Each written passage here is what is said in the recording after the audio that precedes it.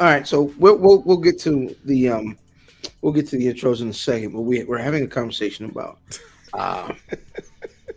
hood classics and their like validity, right? So we're having a discussion about New Jack City. Yes. Right? Yes. And I said something that most folks ain't gonna like about New Jack City. And like it's not a good movie. Like it's not like great cinema. It's not cinema. But you said podcasters what? And your hot takes so you can get the clicks. Okay, all right, look. Is New Jack City The Godfather or like Goodfellas? No, I admit it's not gonna hold up in that regard or whatever it is. But like, it's not like one of those. It's bad. It's so bad it's good type movies or whatever it is. I would never put it in that category either.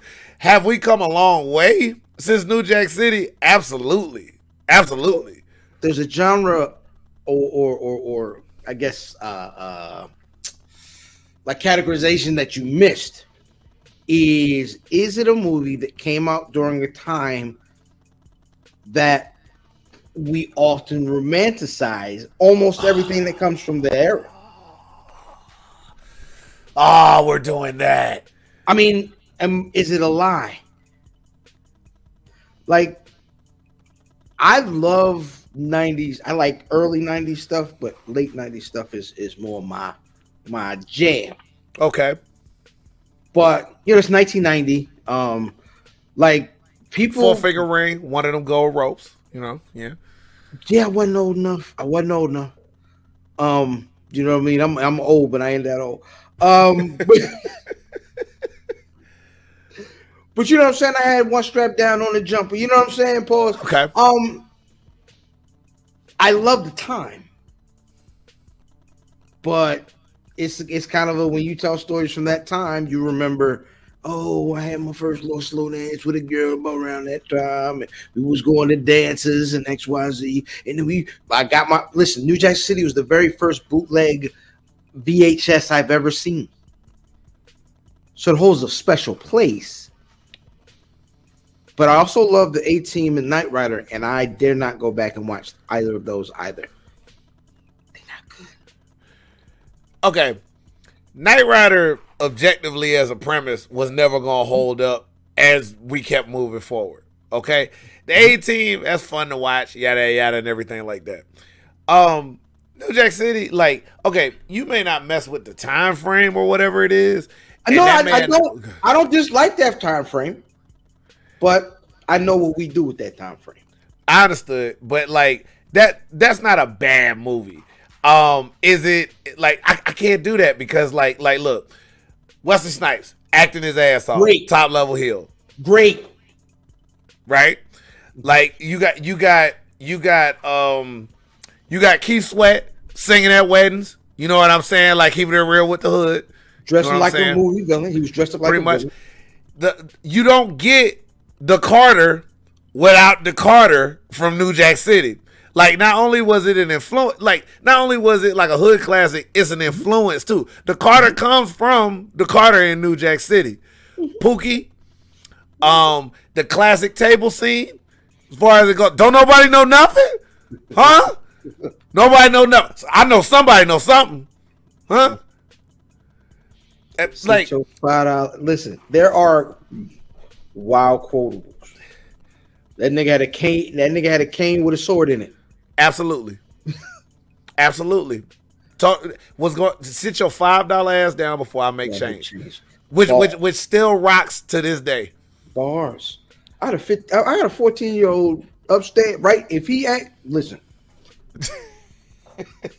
Like when you asked me the time frame, like when was the last time I saw it? It was about 2 or 3 years ago. I still stand behind it. I think that's a good. Now I'll tell you one that don't age well. Like I get it.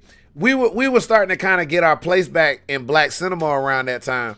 Like for instance, at one point I thought Jason's Lyric was all of that. And going back to look at that, you start realizing just how like I get what you was trying to do, but like that like this you know, this ain't quite it. I get what I get what you was trying to do. This ain't quite it. I think New Jack City is a cut above that. Boys in the Hood, of course, masterpiece. When you talk about cinema, I get what you're saying. Cinema is I don't care who watches it on a technical level, an artistic level, an acting level. It's just across the board. New Jack City is for a certain time frame, certain type. So there is, of course, is Mario Van Peebles, and we wait. Of course. Where are we supposed to be?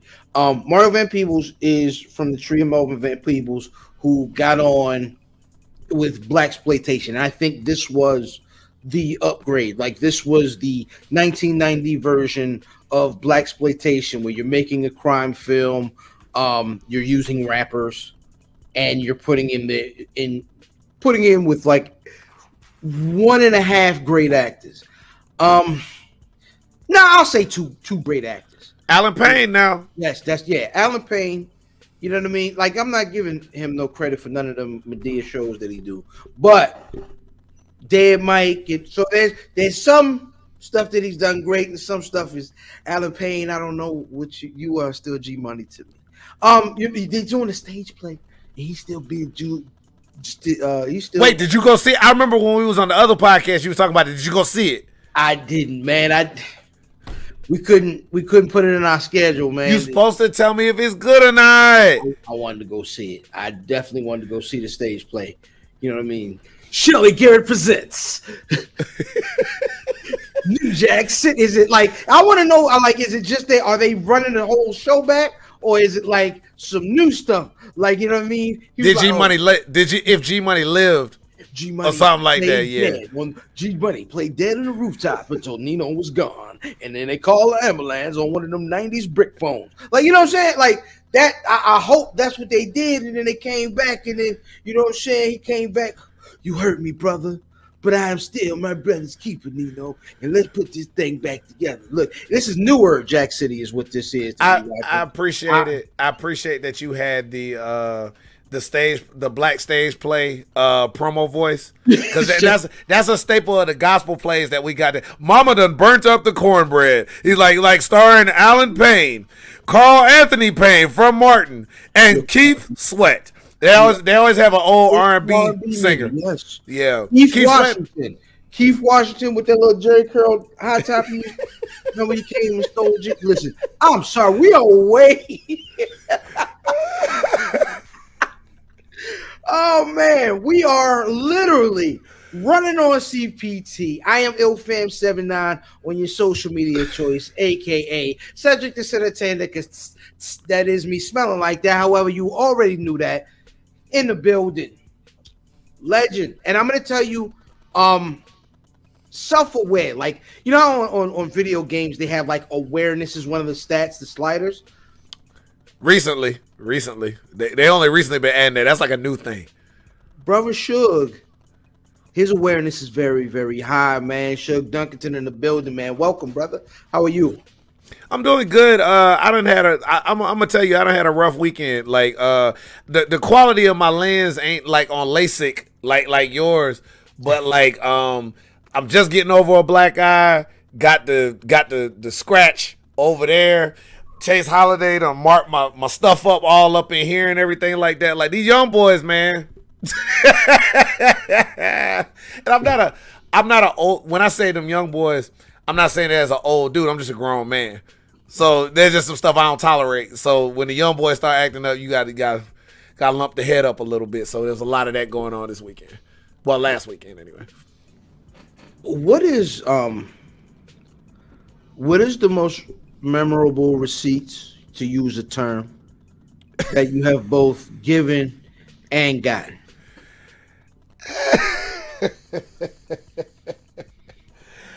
All right.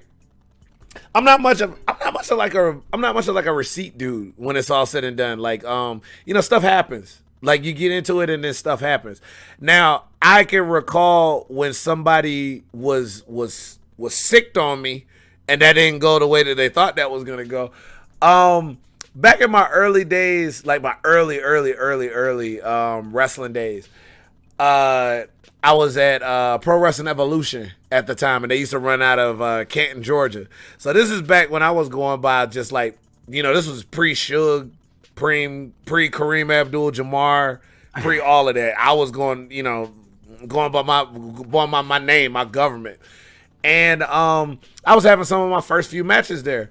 And there were some people backstage that thought that I just wasn't quite getting it.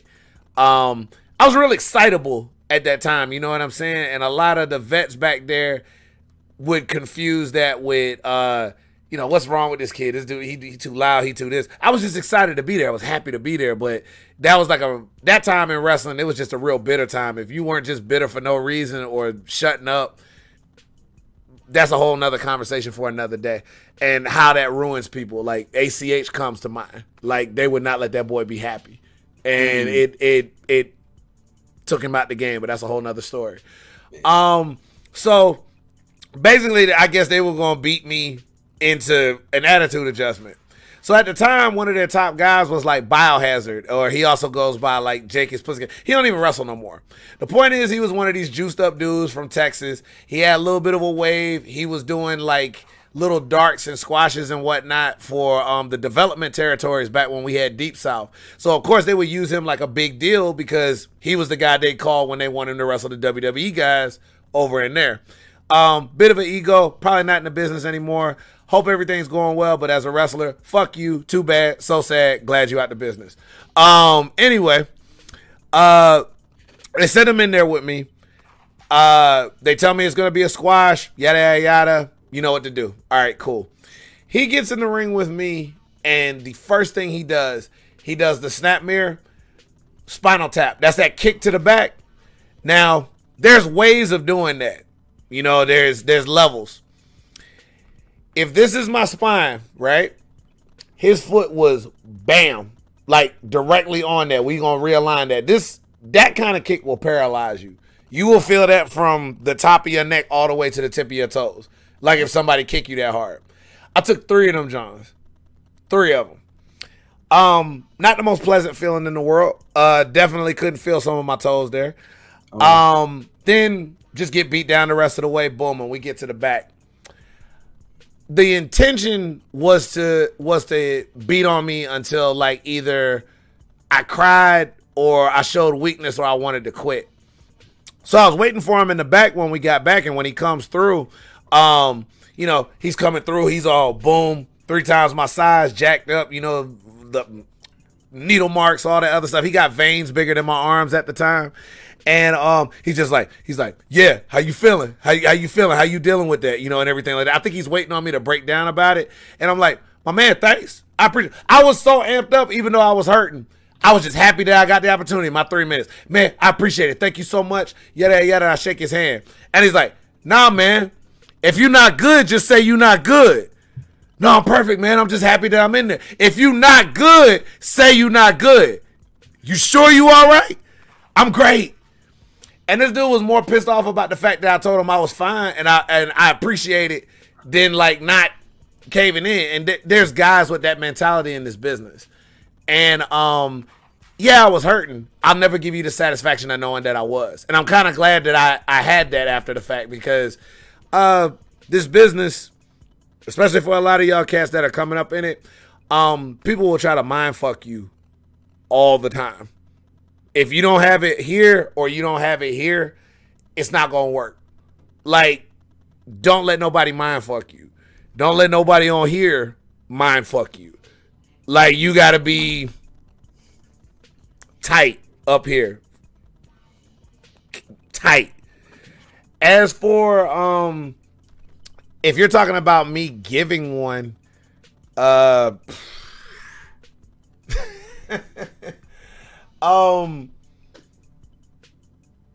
okay. This is also back in them Georgia days. You probably noticing a pattern. Like, had to fight for that spot.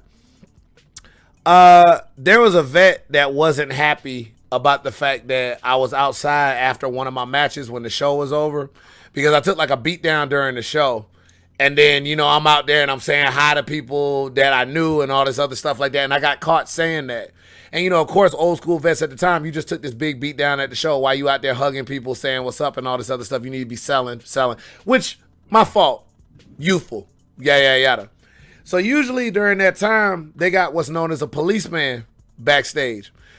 You got policemen backstage to tune you up, or they're going to put you through something because you got to learn a lesson.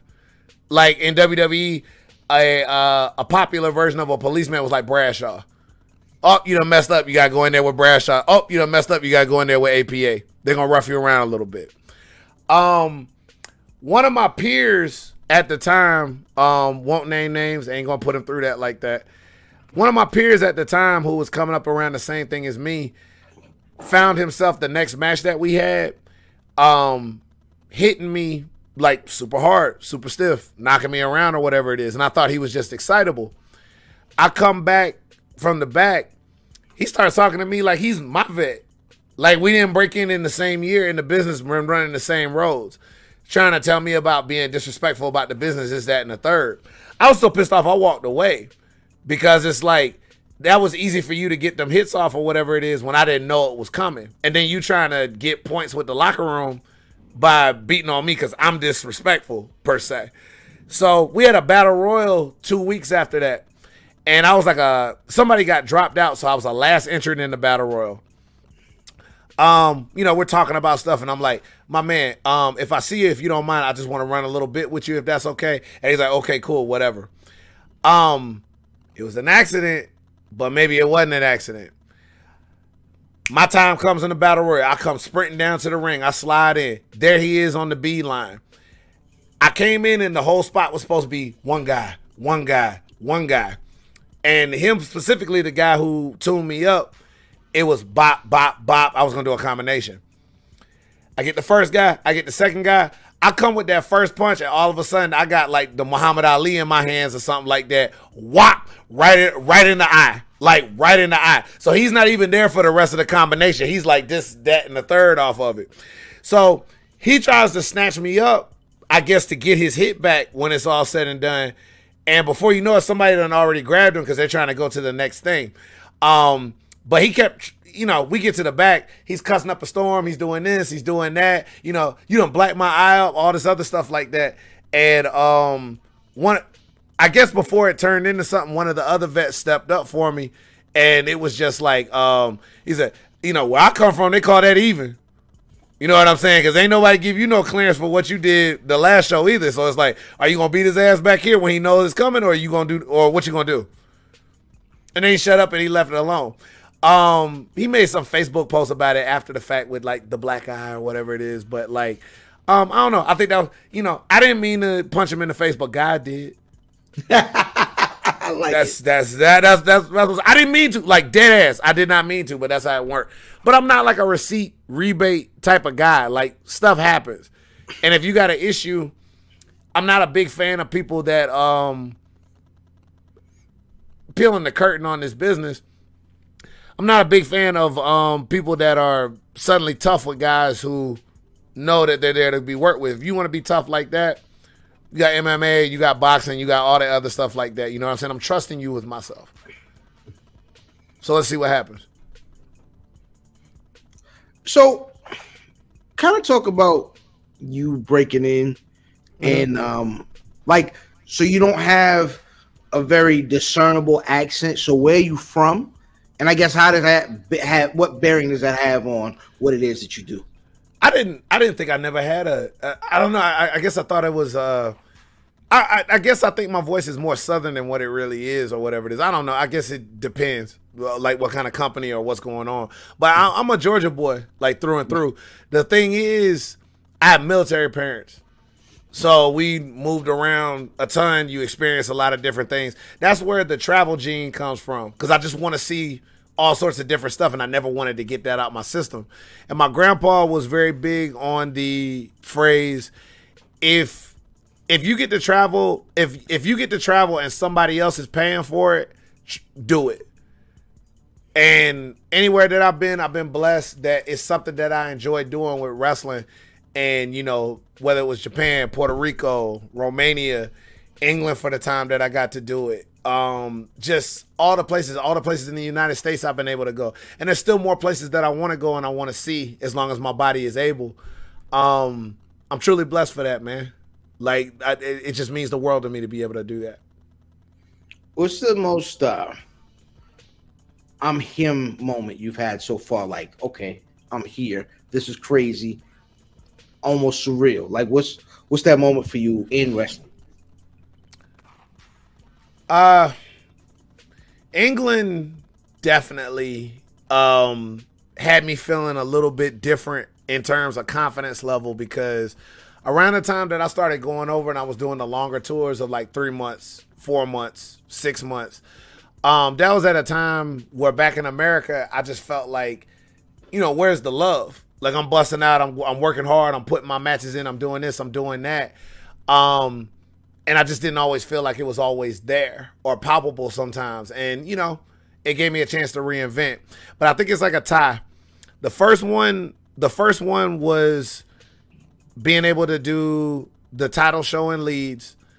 And it was a packed out show. We always had a packed out house. I was always proud about that as champion, that the draw was always up whenever I was on top. So that means, you know, people paid attention. People was coming. If they had me on the marquee, people was there. But one of the things that really stuck out to me always was I'm so far from home, but they always treated me like I was home.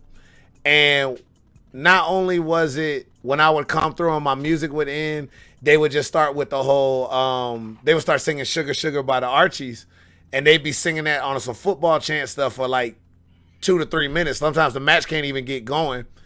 And then every time I always got ready to leave, and I let them know I was going to get ready to leave, and the promo was like, this is my last match, I'll be back for a minute. You know, I'm gone for a minute, but then I'm coming back. They would always hit me with He's One of Our Own as a song. And that always got me in the feels, you know what I'm saying? Because it was never, okay, bye, it's we'll see you when you come back home, whenever they would sing that to me. And I don't know, that always got me, I don't know, and I still think about it. I miss over there. And the only tie was when we used to run the freelance shows in Chicago, and we were running the Bottom Lounge. And at the time, I was running real hot. You know what I'm saying? Like, I was one of the bigger guys up on the card, and that gave me a lot of confidence in my ring work and who I was and whatnot. And I remember being in the middle of the crowd and cutting a promo, and just everybody all around me, the energy was up. Everybody was hype. Everybody was going. And I said, the only other two people that get more love in Chicago than Shug D is Michael Jordan and Derrick Rose. And everybody, and like the fact that I, like me from Georgia, coming over there in some indie Bottom Lounge, 500 something people in there, and I could say something like that and nobody questioned it. Everybody was just like, these are facts. This dude is spitting. Like I was like, yeah, man. And I was like, yeah. And people don't really realize sometimes, like, that crowd love, like that live. I ain't talking about this. I'm talking about in the building when they really showing it, because this don't always reflect what's going on in there. And when you in the building and it's not no half people feeling this way, half people feeling that way. It's everybody's on the same page, feeling how you feeling. You can run through a brick wall with that kind of energy, bro. We talked about being an OG. We're not going to use age as a descriptor. But what I will say is, I remember walking. If you ever went to one of those shows down in DC Brow, there's like a hill you walk down, and it separates the two. Well, I guess two areas. The area where where you go at, and I guess they maybe brew on like the other parking side. lot or whatever. Right at the bottom. Yeah, like where the folks, you can either, when you get to the bottom of the hill, you go to the right. That's where you go into the right. thing. And there's another space. I see you holding court. I believe you have it's like a 6'8" man. There's a bunch of folks in the match, and y'all are over there working out the match. And I remember seeing I see Andino. Shout out to Andino. Andino was there, and Andino is not a quiet guy, but Andino was respectfully like engaged, like, all right, what we doing? And you were holding court, and I saw like the respect these folks have for you. Is that a new role? How long has that kind of been a thing for you, where guys are coming to you like, all right, what should we do out there? I think a lot of it is, you know, you hear the phrase show and prove a lot. And for me, I remember coming up, especially in the first few years of my career, and I lost a lot of time in those first few years not being good, because at that time vets were very to themselves unless they really mess with you like that or whatever it is. Otherwise, it was like, if you suck, oh, you just terrible, you trash, like, get out the business, get out the business, get out of this, get out of that. Murder One, Jeremy Vane, and Dr. David Rains, I thank God for the three of them every day, because they were the first three people in the business who told me I sucked at various different times in my career, but they told me how to fix it. And once they saw me putting the pieces together, they were like, okay, maybe he's not trash after all. It's just ain't nobody put him on the direction. And I think about how many people aren't in the business or quit or gave up on themselves or thought they was trash and didn't follow it through because people were just telling them they was trash and not trying to see if they had the skills to be able to move forward and move along. Like they weren't on some Pat Riley stuff. They were just on some drill sergeant stuff, right? So I think about this generation that's coming up now, which I'm still a part of. It's just I'm on a late end of that generation versus what used to count for mine. And I think about all the time when they look back and they think about how Shug was to them or what their effect was or how he was in the locker room. Are they going to look back at me and think of me as somebody that didn't try to help at all or was a negative factor on them, or at least tried to kick knowledge if they were open to it? If you don't want it, if you don't trust in it, if you think somebody else has got it better, this, that, and the third, by all means, do what it is that you do. The thing about it is, I feel like the stuff that I choose, the way I walk, the things that I suggest comes from a place of love, comes from a place of wanting this business to be better, comes from a place of, if I don't make you better, I don't have good people to work with either. I'm only going to get better if you're better.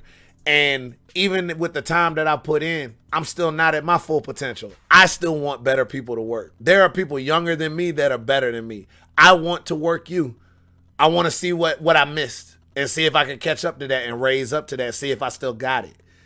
I'd like to think when people are giving me that chance to be able to sit back and see what's going on, it's because they know I care about not just trying to be over myself, but I want to try to do everything I can to make sure that you coming up, you raising up, you at the level. I want the whole match. I want the whole experience to get over. I want everybody's stuff to pop off, because I've seen what that's like when people are trying to keep it to themselves, or they want to be the star of the show and not have the ensemble the way it's supposed to go.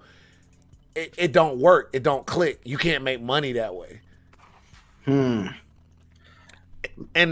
not to go further, but even at my time in the business, it was still weird if you had more than 3 black people in the locker room. Gay wrestlers were characters. They weren't really gay. You know, all that other stuff like that. So now I'm seeing what this world can really look like, what this all can look like. Like, hell, we got an all-black show coming up, well, mostly black show, coming up that we talking about pretty soon with CPT, and that's not even like a rare occurrence anymore. Like, this is something that we got popping and rolling on the regular. Like, this is the future that I was fighting for, and I want to enjoy it while I'm still able to go ahead and do it, but I also got to foster what comes next while I can do it. That, my friend, is a responsible OG. But you mentioned the event Sunday, July 23rd, doors at 5, bell time at 6. CP Time Happy Juneteenth. Fight Club presents. Prominently figured, right? You're featured right there. I mean, you see, I mean, of course, it's ill, but that is your opponent, and that is that is the situation ahead of you, man. I guess talk about what you got going on that night. Me and Il O'Neal, the wild card over at Fight. The wild card, of course, gives you the opportunity to be able to challenge for any title at any time. It's got a little bit more flavor than a briefcase, if you get what I'm saying. So the situation is, I was in that wild card tournament, but when we were supposed to have our match originally in that tournament, I had to go to England. So I gave up my spot. Like, I've essentially forfeited my spot. Okay. Il ended up winning the tournament. The last time I saw him at the last fight show, I had to put that worm in. I had to put that bug in his ear for a minute, because it's like, I mean, yeah, you won, but if things had happened the way it was supposed to go, if me and you had that match the way we were supposed to have it, if England hadn't come calling and say, yo, Shug, we need you to come back home right quick, would you have had the wild card? And to me personally, in my heart of hearts, I don't think that would be so. I think in another multiverse, another timeline, another Spider-Verse or whatever it is, I'm running around with the Uno card. You know what I'm saying? Like, you know, I'm challenging. I'm like, hey, Trish, where you at? Drop that on her. I see her in the parking lot at Ring of Honor. What we doing? What we doing? I got the ref with me. Shout out to Trish, by the way, baby girl. She doing everything. Like, she doing everything. And we love black women who doing everything, because we know they can do anything. That infantry shirt is tough. I just saw. The stable is tough. Like, look at the materials. Like Carly Sean, like, it's all in alignment. I just want them to get everything that they supposed to get, all the money, all the sales, all that stuff like that. But I do want to let her know. I know you busy. You got a lot going on. Trish, come home. Come DC right quick. While I don't know how your contract situations work or all that other stuff like that with Mr. Khan and all of them, but while you able to come home, because people missing you, and people missing them title shots. So I'm just saying, when I get this wild card, because I'm not going in with a mindset of losing. When I get this wild card, we done had 2 matches before. Trish done slipped by me twice. There will not be a third time. But that's not me looking past Il. Il's wanted this match for the longest time. He's been talking about it. He's been on Twitter. He's been saying that's going to be a test of his abilities and whatnot. He's got respect for the British style. Of course, I went over, trained in the British style. Shout out Doug Williams. Shout out Lord Dave Taylor. Guys like that putting me on game about what to do, how to do it, the ways to do it. Everybody looks at Il as what's up next. And my thing is, I think some people get me in this, they paint me in this category of, I'm supposed to be the guys to set up what's next, which I don't mind. But at the same time, when we talk about in the middle of a ring, I'm not here to be anybody's stepping stone. I'm not here to make somebody look good so that they can get to whatever the real match is down the line. Like, I still got plenty to offer. I'm still good. I'm still in my prime. I'm still handling business. I'm still hungry. I'm still after it. I don't know what's next for me, but I know what's right ahead, and I know what's forward.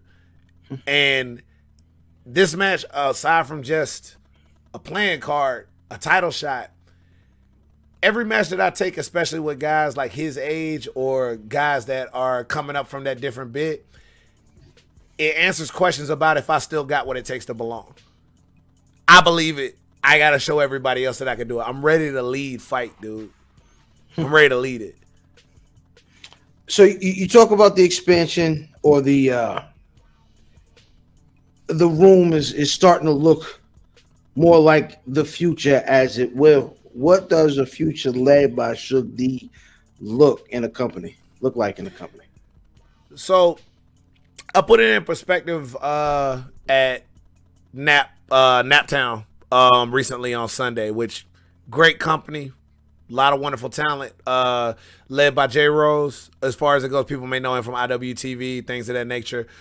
Please check them out on IWTV. That's a hell of a product. And when I say, like, it's organic, like it's real in the field, that's what you need to be watching when we're talking about that. But I mentioned in that match that I had with Chase Holiday that ain't no better way to say it. I'm a stubborn son of a bitch. I'm not just gonna let somebody tell me my time is done, or I'm 38 years old, and in this business, you will literally be in locker rooms and people talking about they ancient at 30. Don't understand how people are still going at 30, which is wild to me, because if you look at the field of who's making the money and who's on top and who's the main event and all this other stuff, we talking cats 42. Like they was talking about LA Knight for being in his early 40s. This man can still make you money. He got plenty of time to make you some money. Mm-hmm. And there's guys actively older than him that are making plenty of money. So it is what it is. I think it's how you feel at the end of the day. But regardless, a future led by me is one of those cases where, again, I'm a show and prove type of guy. I put in the time. I put in the miles. I break myself down. Do I have a $1 million body? No, I'm not trying to look like an underwear model. It's that Arn Anderson promo. Everything is strategically placed. It's looking how I want it to look. I'm trying to put things where I need to put, and most of all, it's functional. Okay, I did the underwear model thing in England. I was 168 pounds, wondering how everything was looking. Eight pack abs, all that stuff. I was getting hurt almost every other night because I ain't had no protective fat muscle in the right places, etc., etc. I'm feeling the best that I've ever felt. I'm out there putting time in.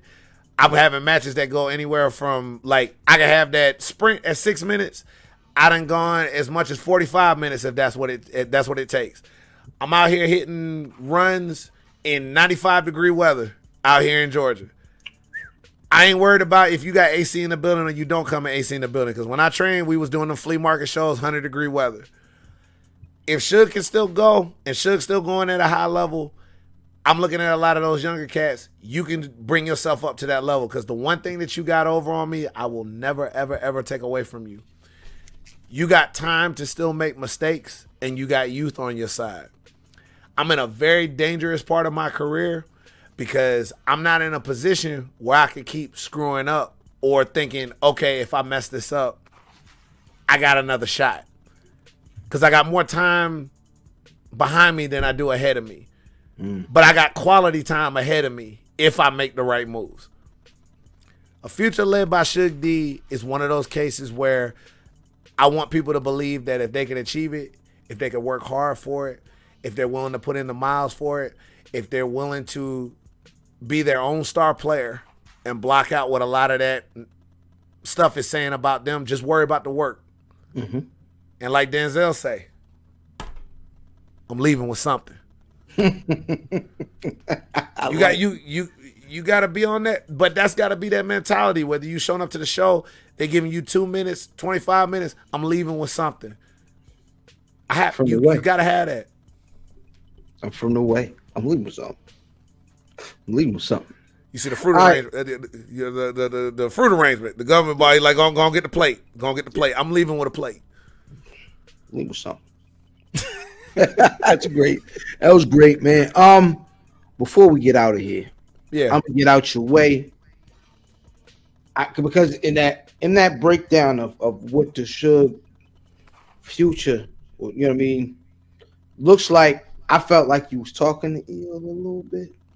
But that being said, I'm gonna lay out, to use a term.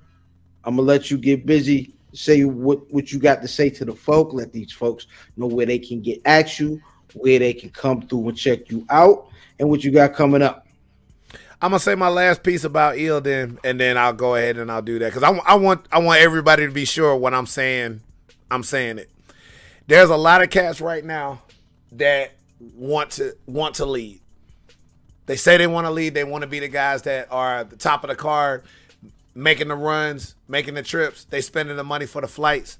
I love that for you. I want that for you. I want you to have that. You have got to prove to people that it's more than just talk. It's more than just tweets, because everybody is passionate about it. Everybody wants it. Everybody says they want it until it's time to actually do something about it. Ill, I'm looking dead at you when I'm telling you this right now. I got faith in your abilities, what you can do. The main event looks good on you. Whether you can stay there is going to be based off of what you could do with somebody like me. I done been there. I done that. I done been everywhere in between that. I done lost the main event spot. I done fought my way back to it. I'm not just going to give you something just because you feel like it is your time to go ahead and have it. You have to take that from me. You have to hang with me. This is bigger than a card for me right now. This is, do you have what it takes to be able to say that you could be at the top of fight, not just based off of geography, but because you are one of the best people in that locker room to be able to do it. And I walk into that locker room every day knowing no matter who they put me in there with, I am that guy. The moment that you doubt yourself and the moment that you leave that opening of doubt for you, for me anyway, I will knock you out the box. And then I'll let you think about it until the next match, and I will keep knocking you out the box. Because I ain't never going to stop until I just can't. Because, again, I'm a dumb son of a bitch. I'm going to keep doing this until I can't do this anymore. Until it don't make no sense to do this anymore. You got to be able to take it where I want to take it. Now, having said that, and I want you to think about that real hard while you're trying to hold on to that card. Saturday, I'm going to be going over to TWE. They just had the Scenic City Invitational Tournament hosted over there. So I'm going to be back there doing my thing, getting into a little trouble. Then I'm going to slide my way up, all the way up to DC, where it's going to be CPT. You know what it is. Fight Club. Main eventing. Me and Neil. Wild card. Title shot anytime I want. We got further stuff coming up at Heroes and Legends. We've got the brewery for the Global Fight Pass over in Atlanta. Ohio Wrestling Alliance, as far as it goes, coming up in August as well too. I got some fun surprises coming up in October. Little bit of international stuff coming. We trying to finalize some stuff, but I will say this: England, Canada, possibly Mexico. See you guys, maybe. I don't want to say it, but I'm hoping we're gonna do one of these numbers. At Sugar Dunkerton on Twitter.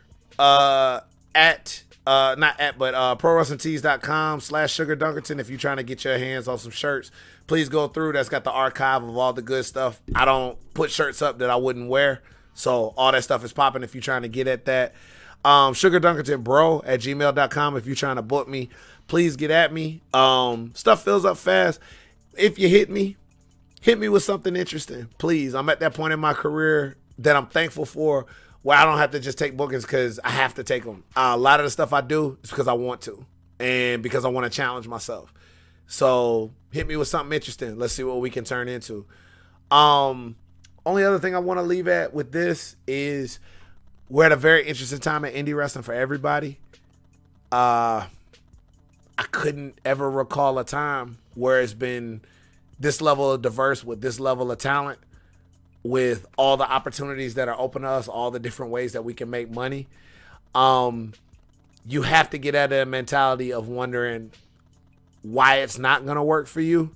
And you have to find that one overwhelming reason why it is. And you have to hammer at that, and you have to pursue that relentlessly and passionately. And do not let nobody throw you off your stride. Do not let nobody tweeting at you throw off your stride. Don't let nobody that's in the locker room throw you off your stride. You got to walk that shit out and find out what's on the other end. That's what I got. That is what it is, brother. I appreciate you coming through. I cannot wait. I plan on I will be in the building on Sunday. Yeah, absolutely. I can't wait, man. It should be a fun card. One more time, CP Time Happy Juneteenth, Sunday, July 23rd, 3608 Legion Road, Cheverly, Maryland. Doors open at 5, bell time at 6 p.m., man. IlFam79 on your social media choice. At Black Wrestling, 8:35 live on YouTube /Black Wrestling every Thursday night. I will see y'all there, man.